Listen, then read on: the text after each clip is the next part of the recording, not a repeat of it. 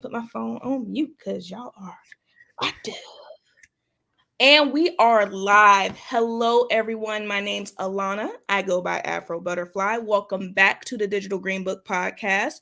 I am so excited to be hosting this platform because it allows me to put amazing, dynamic, dope people from the diaspora right in front of you.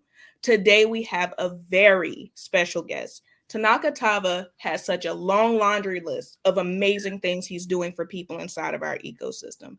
Not only does he work at the Pitch Factory, literally as a VC, but he literally instills positivity, happiness, and joy inside of every person he meets and has made a business out of that. I think that's the dopest thing in the world. So, Tanaka, thank you for being here today. I'm so honored. I really am. Thank you. Thank you for allowing me to be here. Of course. So, today I want to have a continued conversation about a lot of things, honestly. The Yeah. core of your message, when people look on your page, the first word that comes to mind, what came to mind for me was authenticity. Yeah.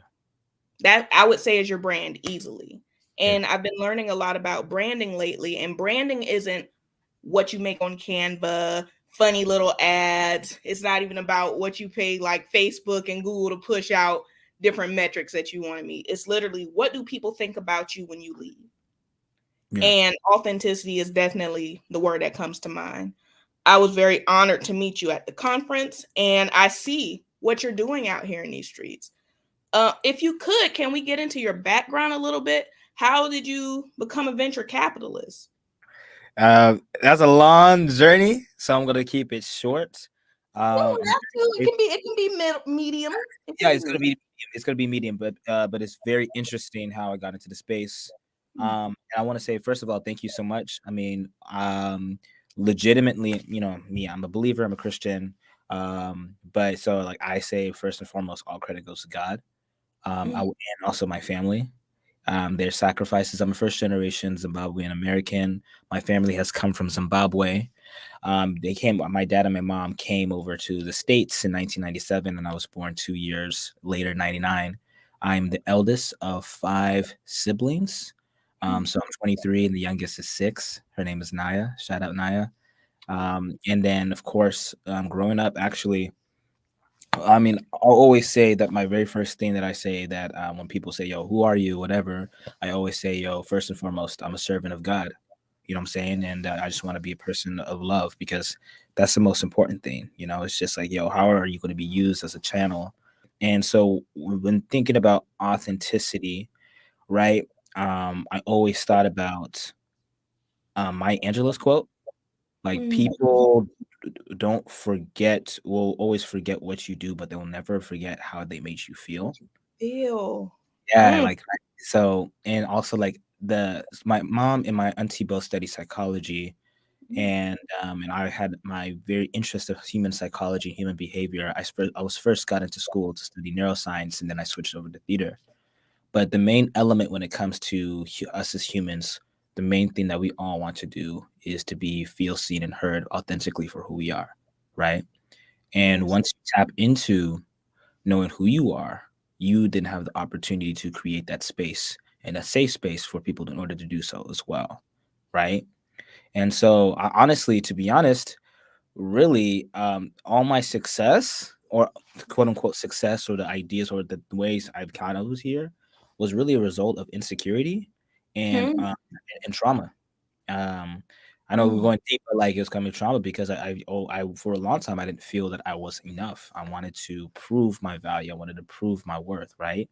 Especially as a black man in America, typically the majority of our worth and who we are values based on what the things that we do, right?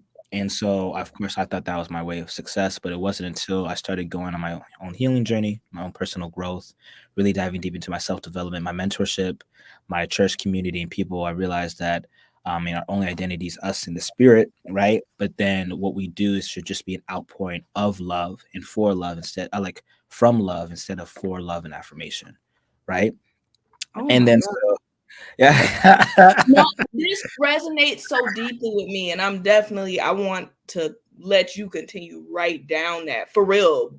But like when I say this is resonating with me, a phone call I literally had earlier today was about this, about healing and about that person having to resolve those feelings of inadequacy or not feeling like they're enough. So for you to nearly verbatim say that, you just you just hit me. Wow. Wow, keep going. Oh my God. Yeah, yeah. These It's just come in like threes, in threes. I mean, it's just one of those things where, because of course, we're all talking about we all have an inner child, right? Because we're on. I believe that being an adult and being grown up is just a concept, right? Because we're all children, right? If we're children of God, then we should be understanding that once we're close to our childhood, our childlike self, which is free. Because when you think of a child, they don't care about how much money that they're making or their title, whatever.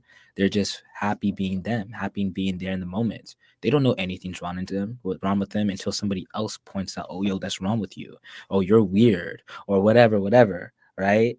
And so, of course, everybody's get bullied once upon a time, but it's just like when I got bullied, it's like, oh, you speak proper, you sound white, or hey, you're small, you're short. Do you even play basketball? Oh, you're not black because you don't play basketball, right? So I felt like I had to perform in order to try to fit in, but I Mm, knew that I wasn't meant to fit in.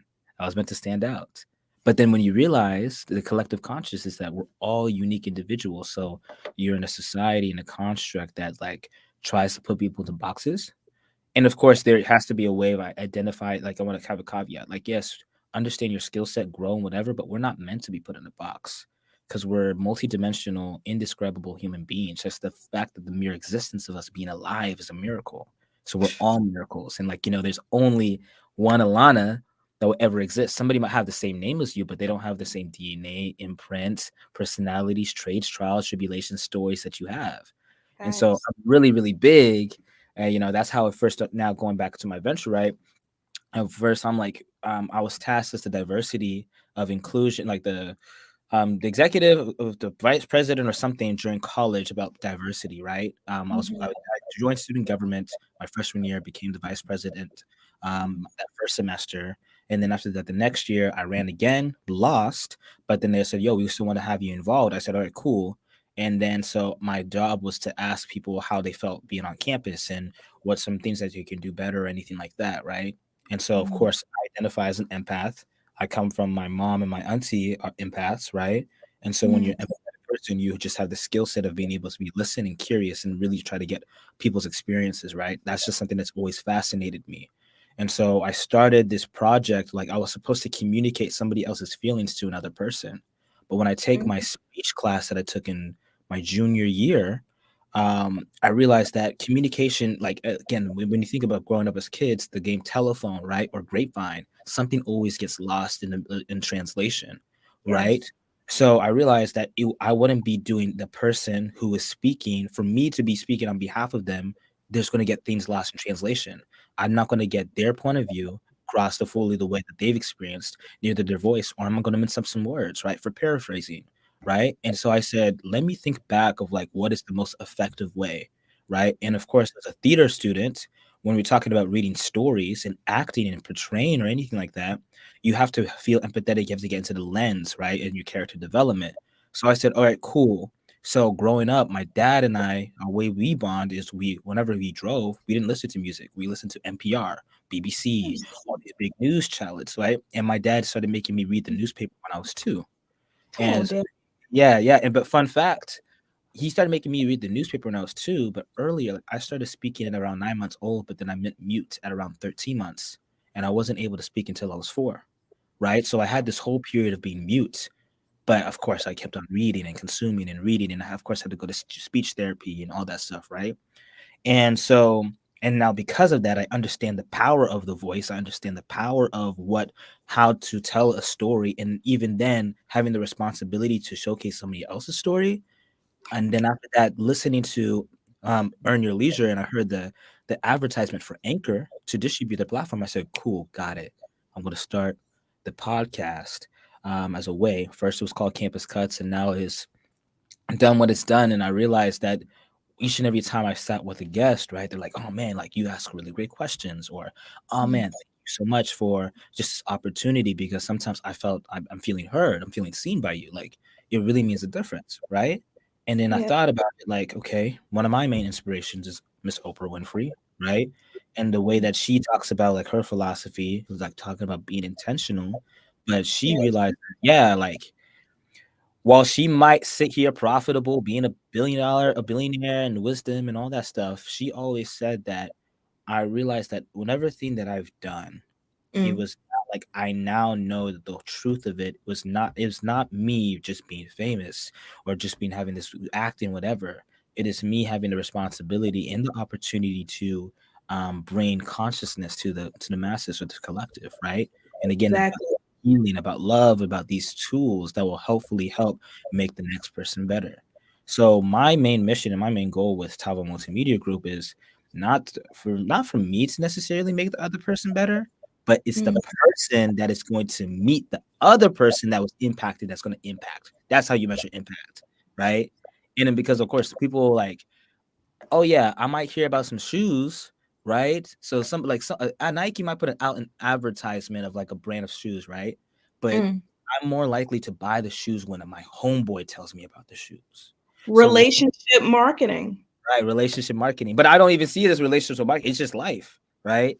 And so, um, yeah, that's I that. think that's so beautiful though. Like even there's so many notes in your stories that are relatable to people. Because when I've spoken to people, everyone has that thing that they're insecure about that they guard closely to their heart. Speech impediment, going mute, just feeling inadequate aesthetically in this world out here, but still pushing through all of that because you see a deeper purpose within yourself because you feel a sense of duty to your community.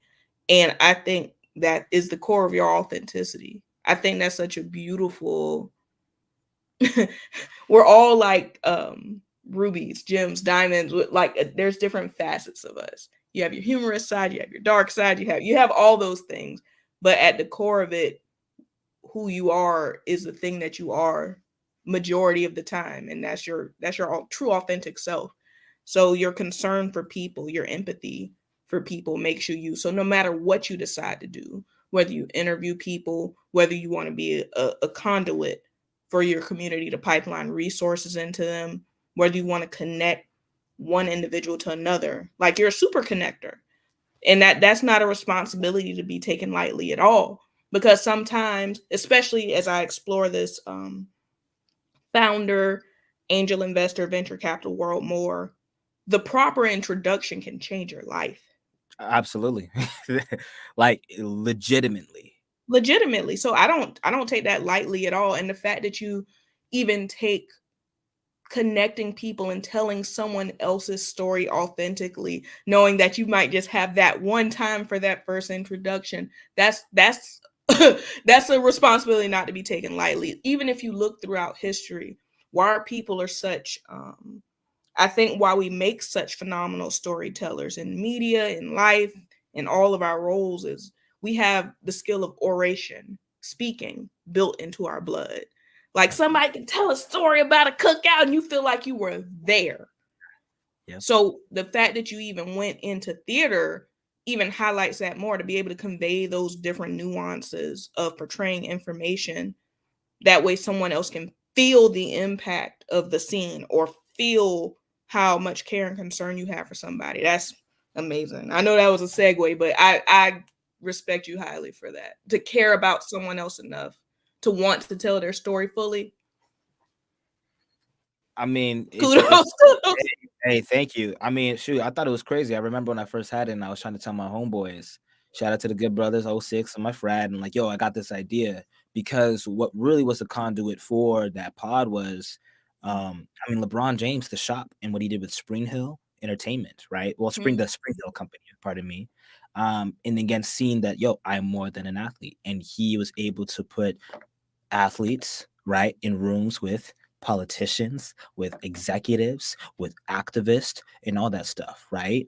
And so he understands the responsibility of being as person of influence, right? And who said, "Yo, I'm a multi-dimensional human being. You cannot put me in this box." That like right there was just like really resonant because high school athlete, right? You know, whatever, ran track and all that stuff. And I'm like, I am more than, as we were having pre-call, like live, we are more than just what we are seeing or portrayed, right? And so Yes. if you have that, as people call it, influence or leadership, and honestly, everybody's an influencer. Like I did a TED talk where I quoted that the average person, average, um, will impact or influence, will be in contact with 70,000 people in their lifetime.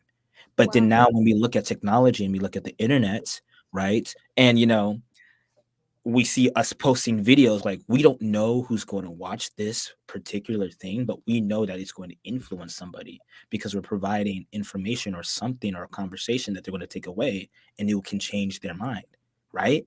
And so just Perspective. for perspective, like think about it. TikTok, Instagram, YouTube, Rumble, Twitch, Twitter, Facebook, all of these stuff like views, right? And some Mhm. days, some people, oh man, I'm mad. My video got like 50,000 views instead of 100,000. But then behind the screen is people, right? Right. And it's like, yo, put it into perspective. 50,000, like a stadium, like, yo, that is That's crazy. wild, right? Like when did you the fact that you even have a multimedia company highlights the importance of that in this day and age. And when it comes to founders, when it even comes to VCs and angels, it's about visibility. Right. Because what I'm finding as I'm exploring these different connections is it's just that it's visible. The lack of visibility sometimes, that's definitely one of my personal flagship missions, is to close that gap. As I'm meeting more and more individuals, I think a lot of people have that goal. We've heard the stats, like less than 1% of founders are that get funding are of color, and less than 0.3% are women of color. And when I think about the impact that well crafted multimedia, well crafted SEO optimization can have when combined with a charismatic personality, a charismatic message, and just a strong, heartfelt mission, what VC wouldn't want to invest into someone who had the technical skills, the charisma, and the talent? But it's that wall of invisibility sometimes that keeps them separated. So I think that's amazing that you are trying to champion that area as well. Not trying, you're championing that area as well by having a multimedia company. Is that why you decided to found one? Um, that's what happened afterwards. Truth be told, truth be told, like I did not. Let's be honest. Let me keep it 100% a buck. Um, I started the Tava Multimedia Group. I mean, now thank you so much for that. I received that, and it's now is played as a vehicle as I now entered into the venture space. But 2 years ago, or yeah, when I incorporated the company in May 2020, 2 years ago, I wasn't even thinking about venture capital. I had no idea what venture capital was, right? Right? I had no idea. Like, I was literally a student focused on doing my student activities, being in campus. But it wasn't until like, my sophomore year where I was like, yeah, like this theater thing is cool and I love it. But when I started seeing Michael B. Jordan, John Boyega, what's it called? Lena White. You know what I'm Mm-hmm. saying? Shonda Rhimes. Um, and like, all of them start saying that having a production company because they were successful of Daniel Kaluuya. They had successful acting careers, right? But then they Mm-hmm. took a step into ownership of a production company because they wanted to authentically tell their story, but also tell the stories of other people out there too, right? So it goes from being an actor to a producer, right? That producer mindset model, Charles Z. King, Macros, Mac Ventures, right?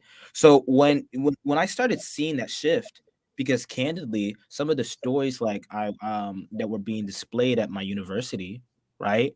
Um, we would do all the dope real stuff that would be in things of different complexities and different backgrounds would only be would have been done during workshop, which was more internal because the outside external was more shows due to targeting their demographic, and that Right. was right. And so I started Tava Multimedia Group because I was trying to get an internship at Disney and NBC and all that stuff. It wasn't a response, it was out of necessity. It wasn't out of convenience because I got rejected from all of those places, right? When I was trying to do an internship. And then the pandemic happened. So we saw Mm, all operations go flat, right? So people like things were paused and all that stuff. And so that during that pandemic period, my homeboy put me on onto Earn Your Leisure, right? Which has been so big. And then I just started listening and listening and listening. And I said, I have this little podcast idea thing, right? And it's getting me somewhere. So mm, now, like, because now when you think about it, it's like, oh, okay, this podcast thing, what's happening? And then when I realized, oh, shoot, you can create a company off of that. So when I tried getting the job over there, I mm. mean, it didn't work, right? So I guess like, yo, you just started your own. You started by yourself, right? You know, like because that was going to happen eventually. That was like going to be my trajectory eventually, and Right. then now, and then that has led me to interview all these dope celebrities, researchers, who all these people, right? And then of course, when you realize that's when it came like clicked. I'm like, people love talking about themselves, and if you're just really good at listening, and you just let them have the platform to talk about themselves, and you give them an audience, and you're just great at asking really good questions, that's it. That's That's it. it. That's it. It's easier said than done, but now I realize that's the formula, right? And so, and now that I'm in the venture space, right? It wasn't Mm, until here, this is how the story of how I got into this. hmm. Just because of, I want to shout her out. There's some key people that really helped me out in this. Number one, my old high school, and I'm always really big on shouting people out, right? Because I don't believe in self-made. I'm a community made, and I'm here by my ancestors, right? And also all the people who took their time and energy, whether it's like 1 second, 5 minutes, 3 years, or a whole lifelong relationship, because they have impact. So Harshini Ralapali, I went to high school with. She was in my like my sixth grade French class, and we took French all the way through, right through high school. I saw an article. She won an award. I said, "Yo, shout out, congratulations!" I was working with my boys. I want to shout them out: Emmanuel Scott, Lindell Charles, Jerry Demonch, Ezra Johannes, Alina Gavrilov, Jada Hutchison. These people, I was working on the startup Vidaloo, right? So because Mm. I had the opportunity to be the chief operations officer and being more like front facing, I got in touch with Harshini. Harshini then got me in touch with my now colleague and associate, Matt Hastings. So Hey. like, so yeah, yeah. So she's like, yo, I really would love what you're working on. I'm going Mm, to help you out. I'm going to connect you with this person. So when she connected me to Matt, this is when I was pitching as a being a startup founder, right? And I was like, oh shoot, okay, we weren't at the stage where we needed to be. And I said, right. okay. And typically, right, VCs 99% of the time we say no because there has to like one. It depends on the thesis or the stage or the time or the market or all these different things, right? Right. But I had that relationship, and then after that, typically it's all like in now you realize in the venture capital world is relationship based, right? It's the gap between how are you able to really close that, and then Big. so it was after a few months, I left the company in good graces, and then I was like, okay, cool. I guess what's next? We traveled around, and then I came back, and I thought about like, and understanding the stats, right? Being a champion of diversity, doing all that stuff when I'm in school, I'm always thinking about the stats and seeing like, I'm really big about helping people if they desire to at least build generational wealth. And when I mean generational wealth, I'm not talking about monetary.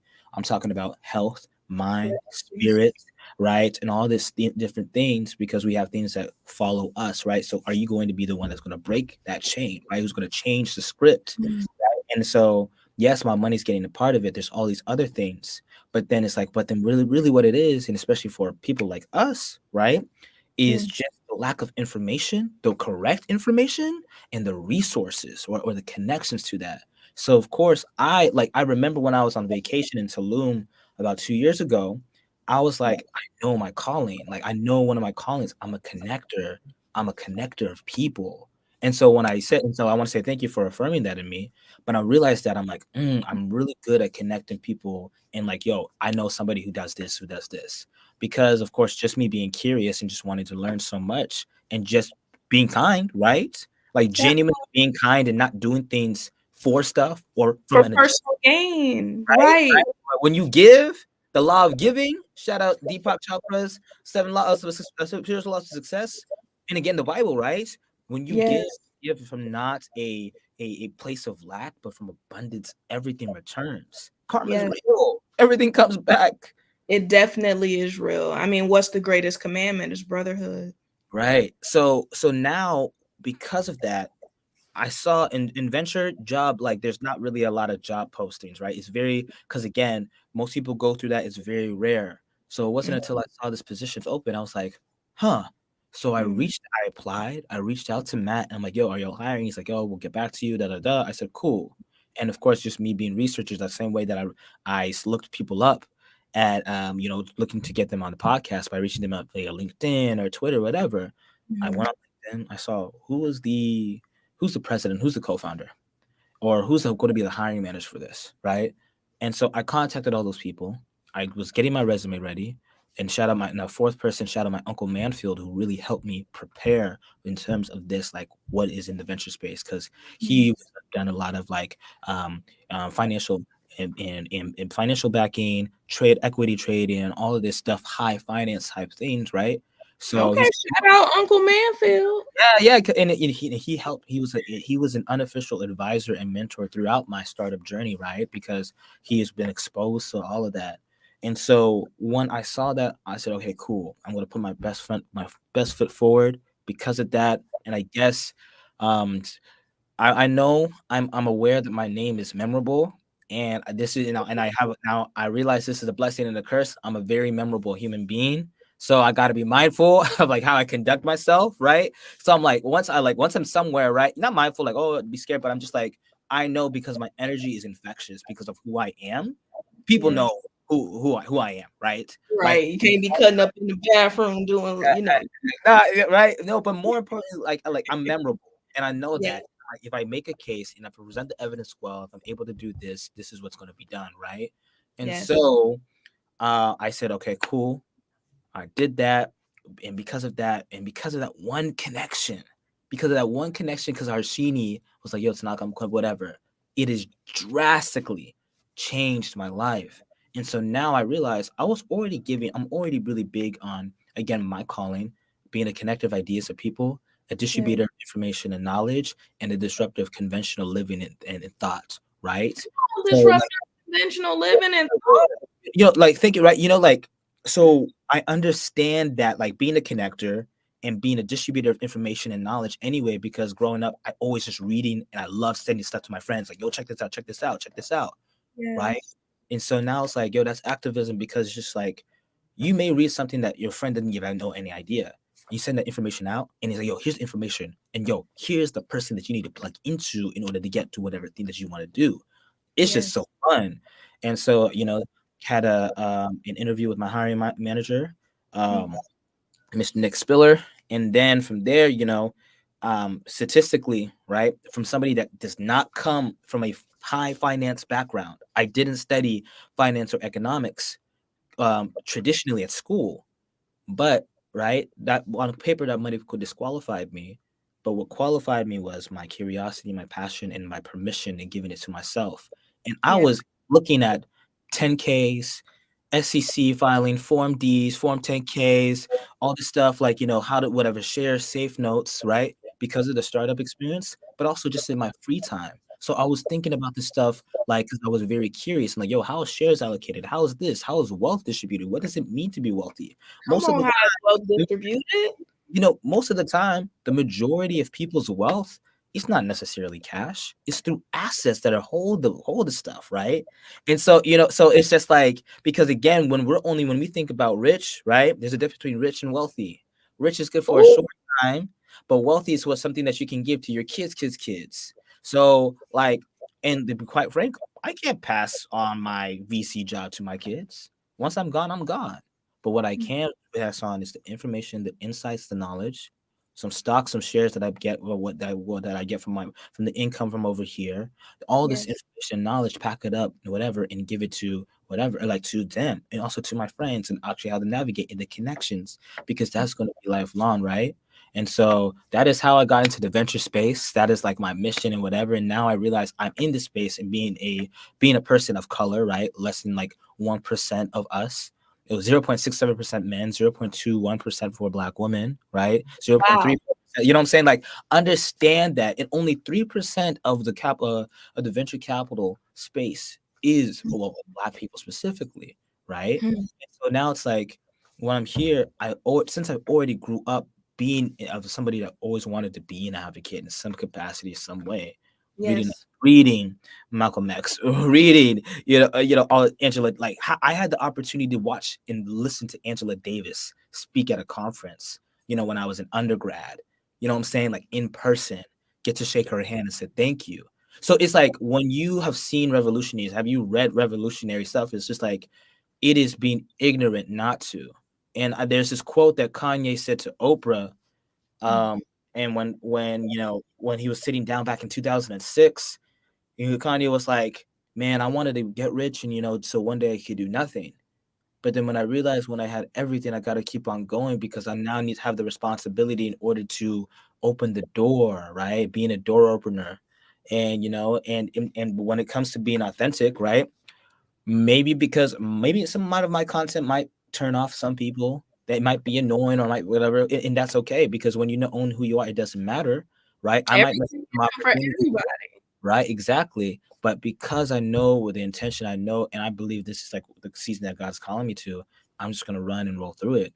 So now from starting with an idea like just trying to get a job at a at a media company has now turned into what you said of now a vehicle of both connecting the world, giving the information about the information, all the stuff that I'm learning, but also like highlighting different people and seeing that stuff and doing that right. And now I'm aware that I have audiences and whatever on IG, Twitter, Instagram, and people like TikTok. People watch me, and people might know a lot more about me than I know of them, but I know that with this, with great responsibility, with great power comes with great responsibility. Shout out Spider Man. It's just like, you got to do what you got to do, right? And so it's now has that.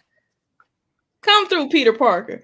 Yeah. So, I mean, you just gave so many quotables, like so many quotables. I love that your reading list is that diverse.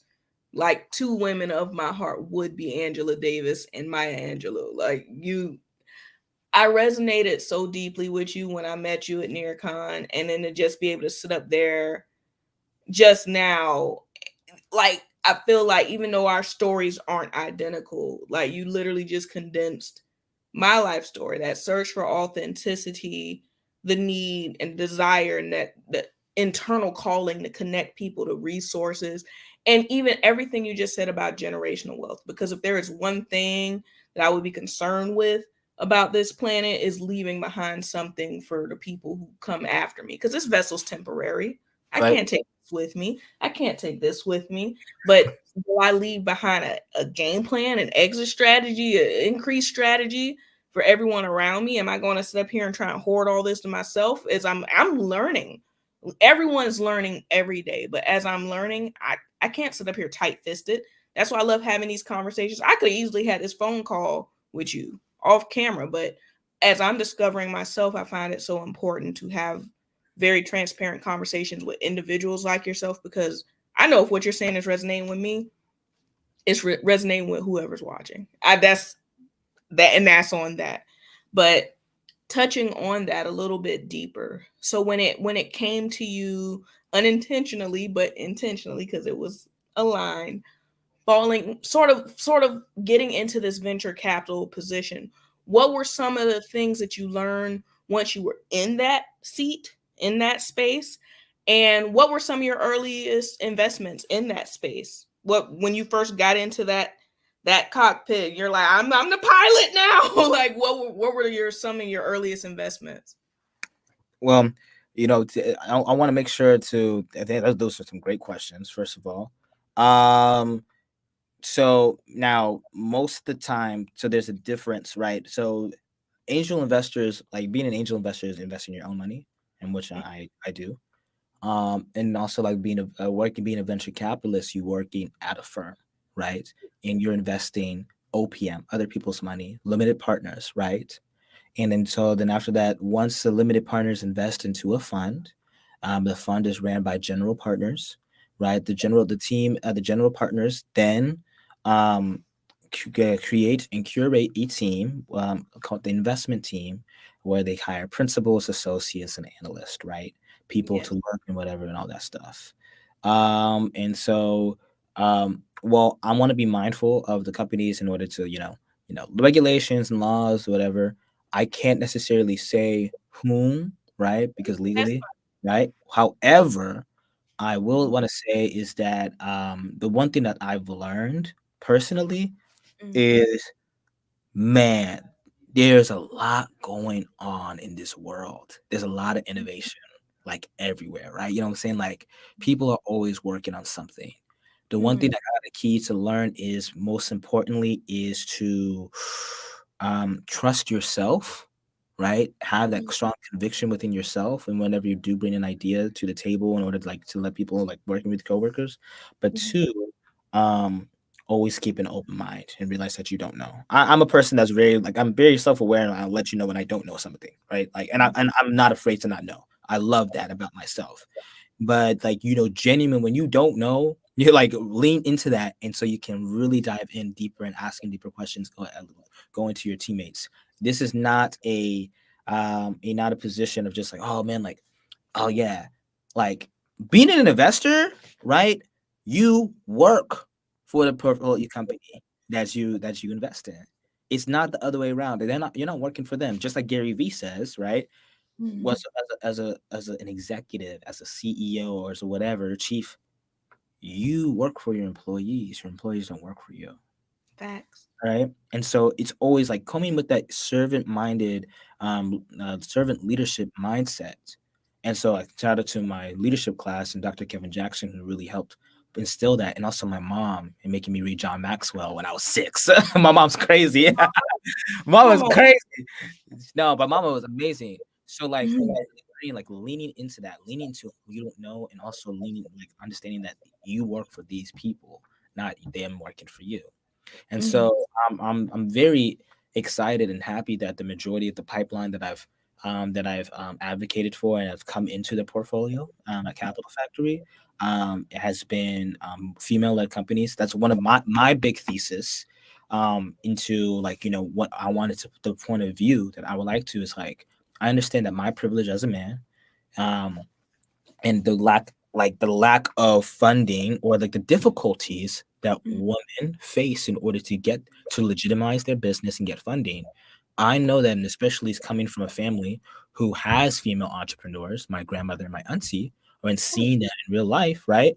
I was like, my specific viewpoint is I want to continue to advocate, emphasize, and hopefully invest the resources and capital in order mhm, to yes, black women, but also majority of all women and founders who qualify, who are able to be that, right? Because I know that there's enough men doing stuff, like doing stuff, right? And typically, and guess what, women, I might get heat for this, but I don't care. And Ian Dunlap, he said it on High Level Conversations with 19 Keys.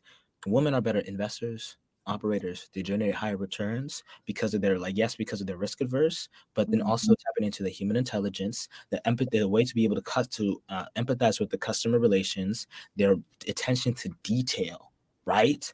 Like it's statistic facts. Like people need to look this information up that they do in the male counterparts, right? yeah, And yeah. so especially women of color too. So now it's like, this is my thesis. More diversity, but specifically black people, people of color, and women. That's my investment thesis. So I'm really, really happy that these women like are coming in, taking advantage of the resources, getting them good connections, helping them and being of service any way that I can. If I don't know, I'll ask somebody else I might know, or send them or connect them. And anybody that comes from an underrepresented background, I just really am a big advocate for that. I hope that answers your question.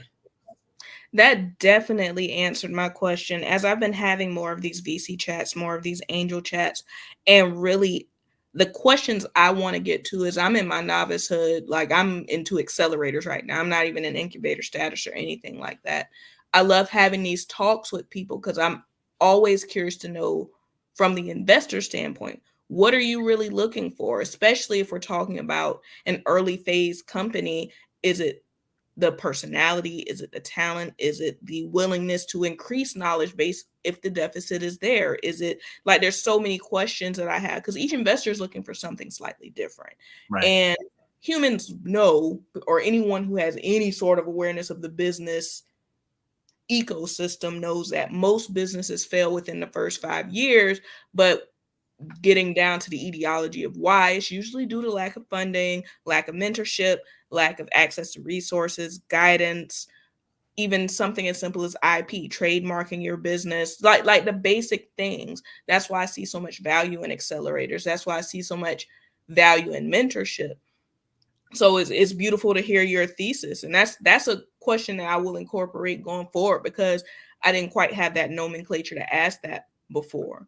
Yeah. Would you say the bulk of the industries that you look into, do you prefer tech companies? Are you looking for entertainment and recreation? Like what does your portfolio mix make up as far as that goes?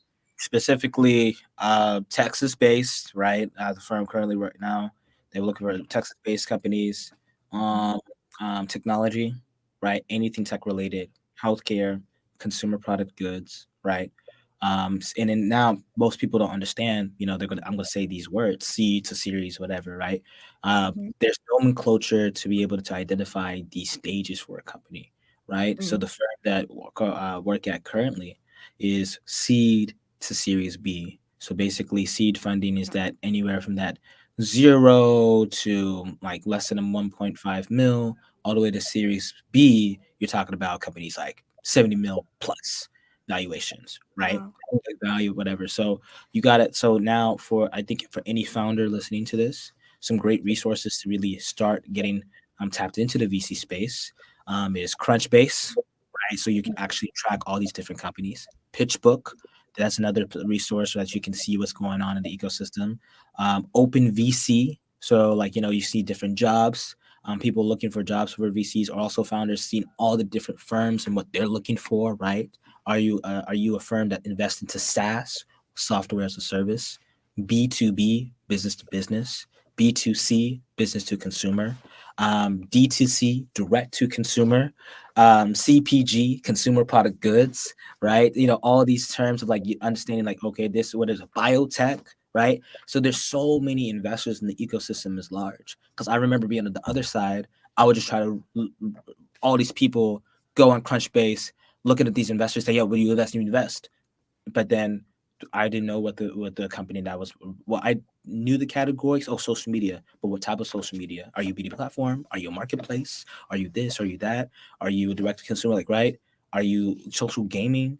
So all these different firms, you got to really identify your thesis, what your product, what solution problem that you're trying to solve, right? What your solution is going to be.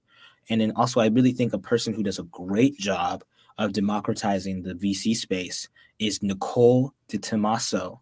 She's an investor. She's a senior associate at Harlem Capital. She came in from a banking perspective.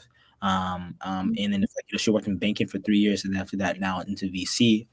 She works at Harlem Capital, which is a firm that's really focused on investing to diverse founders and 1,000 diverse founders or whatever. John Henry's and also was a venture partner there. And so because of that was their thesis, and typically Harmon, but like really they want to focus on diverse founders, right? She does a great job of being able to get people to understand what VC is, where to get funding, where to find the roles, and all that stuff. So I followed her, especially I was prepping for this role. There's Contrary, there's Republic, there's all these fellowship and all this stuff, right? Those are people who want to be on the VC, who want to be a VC. But for the founder, you can also utilize these resources, right? Utilize Sequoia Capital pitch deck resources, the Y Combinator pitch deck resources, understand the S3 Ventures cap table, understand like all this. There's so much information, but sometimes it's parsed. And so now, because of that, hopefully it's just been used as a way to, just like being able to democratize it and really just make it more simple and easy, right? So yeah, I hope to answer your question. I know that's a lot. I know, like, that's a lot. That wasn't it. While it was a wealth of information, it wasn't a lot. So I won't say it in that way. What I'll say is it's a phenomenal starting base because I would say the majority of my audience are people who are transitioning careers. So I've noticed, like myself, I'm a retired registered nurse. I did that for 13 years, and I've transitioned into the financial literacy space, the tech space. I'm a trader, all those things. As I enter into this space, things that might seem intuitive to people who have been around that lingo for quite some time, we forget sometimes that the jargon can be overwhelming for people transitioning. So I just learned a lot, and I will be rewatching my own replay because you just gave out so many resources I've never even heard before.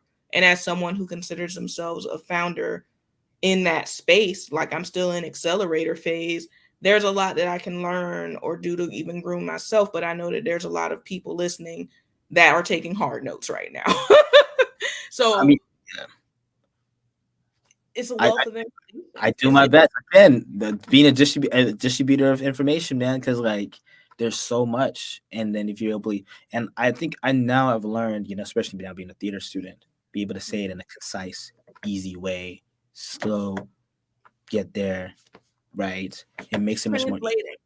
translate. Translating for the common everyday layperson, and not talking to them like they're dumb, but understanding that there is a curve that we have to grade on as far as disseminating this information in a digestible format. So I'm grateful for that. I'm grateful for that.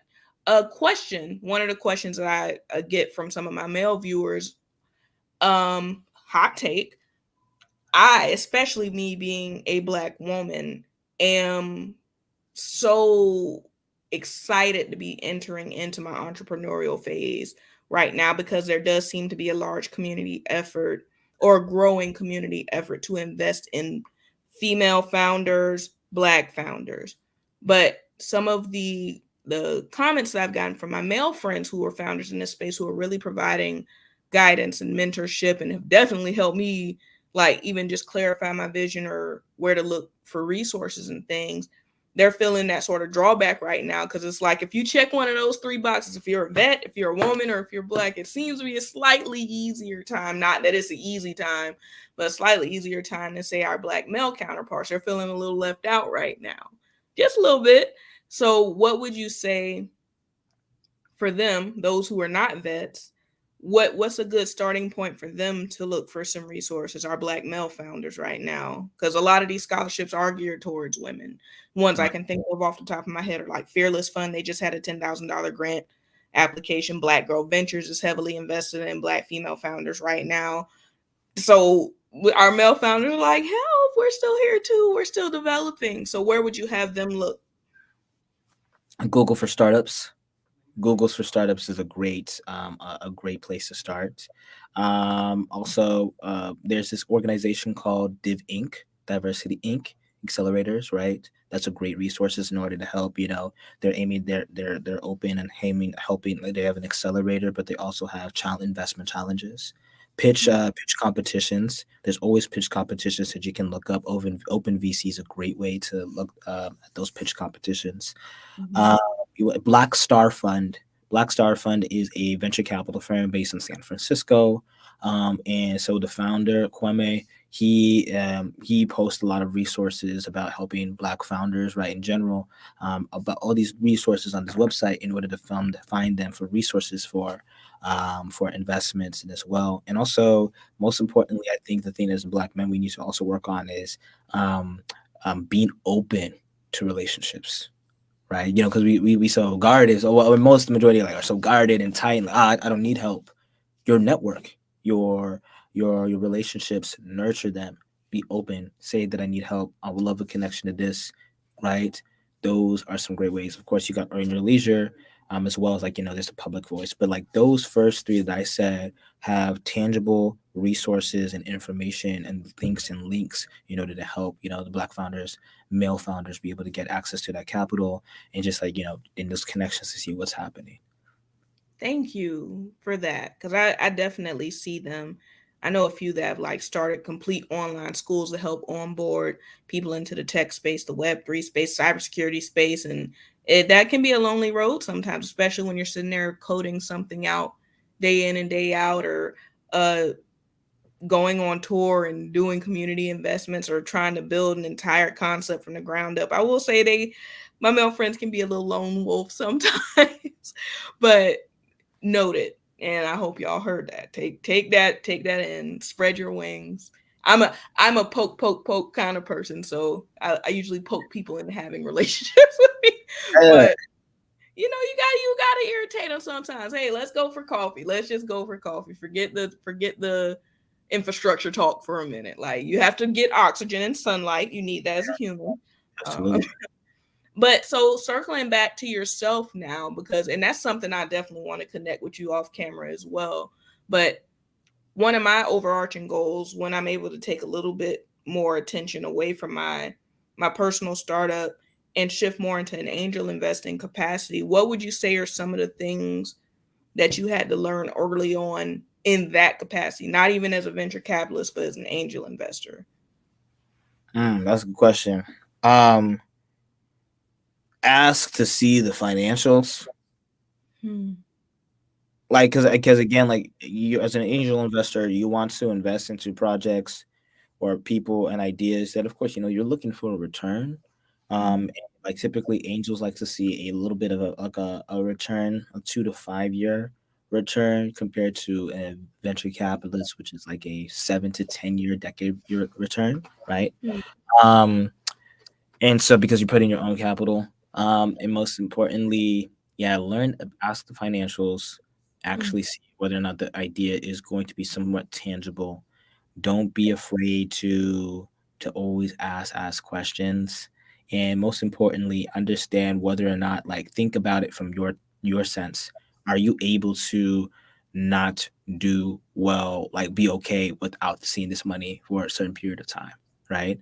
And so you want to make sure you just be more mindful of that. And I think the biggest investment that you can make, of course, is cheesy, is into yourself, your own knowledge, your own resources, your own development. Get legal counsel, making sure that you are, getting right, like legally, understanding if are there people's companies structured well, are they incorporated well, all these things that need to be very keeping being in mind of like, hey, what's going on, what's happening. So those are some of the tips and biggest thing lessons I've learned as an angel investor within the space. So yeah. That's amazing.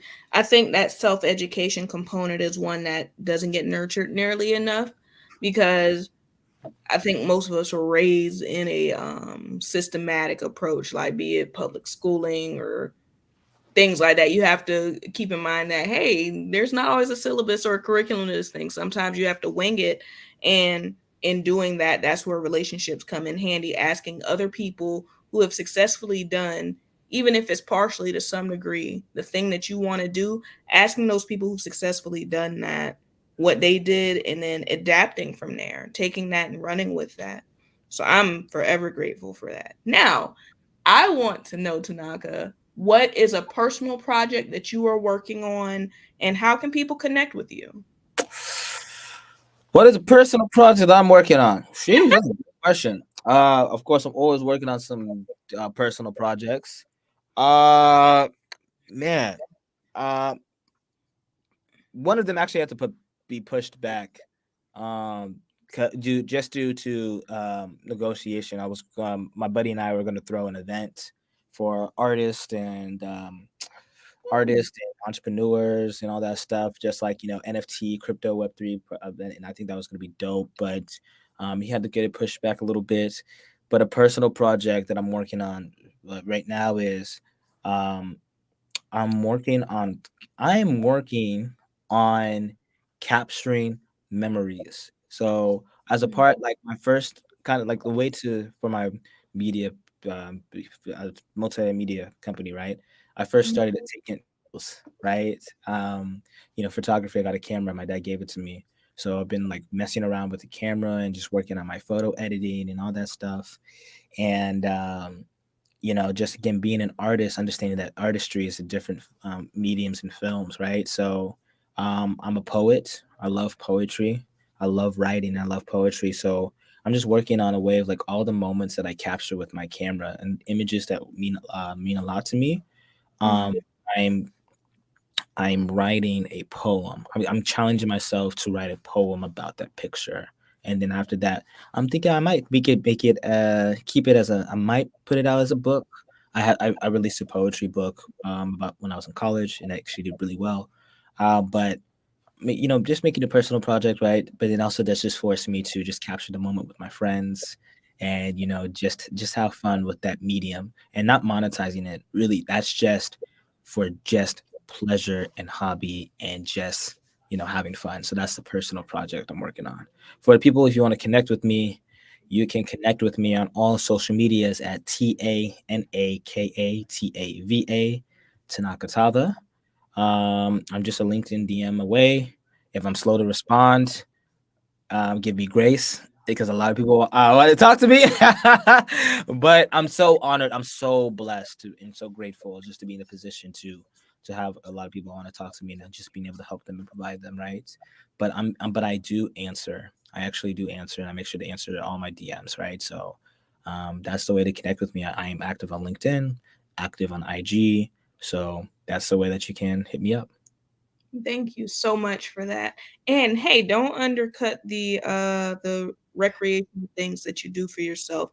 Without those creative outlets, without you cultivating those particular sides of you which exist and are necessary, you can't be all work and no play. That's not how the human condition was designed.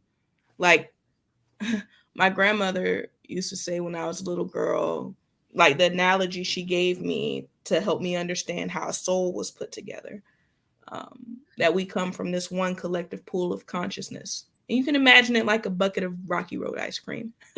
And each scoop is going to contain a different percentage, a different combination of the things inside of the ice cream.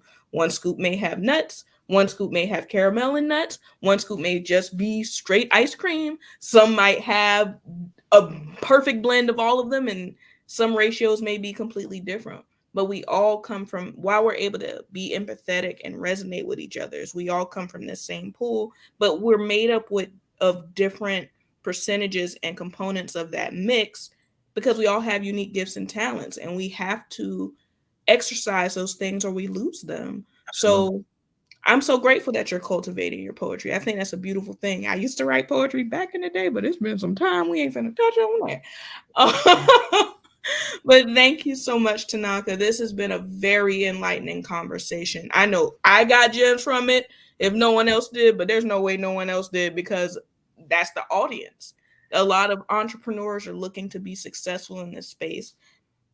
And you definitely gave a blueprint on how to do that. Like, at least tap into those resources, start doing research, start cultivating relationships, and reach out. There, like, even in your own hometown. I know I do a lot of traveling, but in it, I want to cultivate my relationships in my hometown a bit more because I've been Atlanta and Miami and myself lately. But there's a lot of gems in everything that you shared today. So thank you, thank you, thank you so much, and hang right there. But tune in next time. I will be live again next week, interviewing some amazing VCs again. And I'm so grateful that y'all tuned in. Have a great night. Gratitude, y'all. Peace.